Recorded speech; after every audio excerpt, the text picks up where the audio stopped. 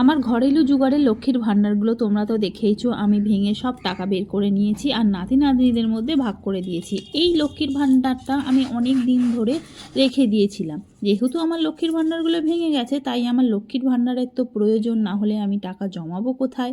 তাই এই লক্ষ্মীর ভাণ্ডারটা বের করতে গিয়ে দেখি এর মধ্যে ঝুল পড়ে ফাঙ্গাস ধরে কী না একটা অবস্থা হয়ে রয়েছে।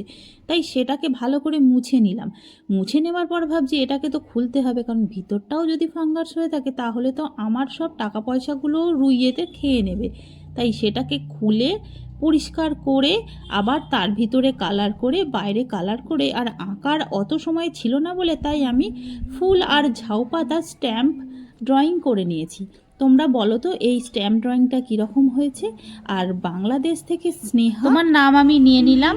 আর রাই আমাকে অনেকগুলো মেসেজ করছো, দিদি আমার নাম নাও নাম নাও, তোমার নামটাও আমি আজকে কিন্তু নিয়ে নিলাম।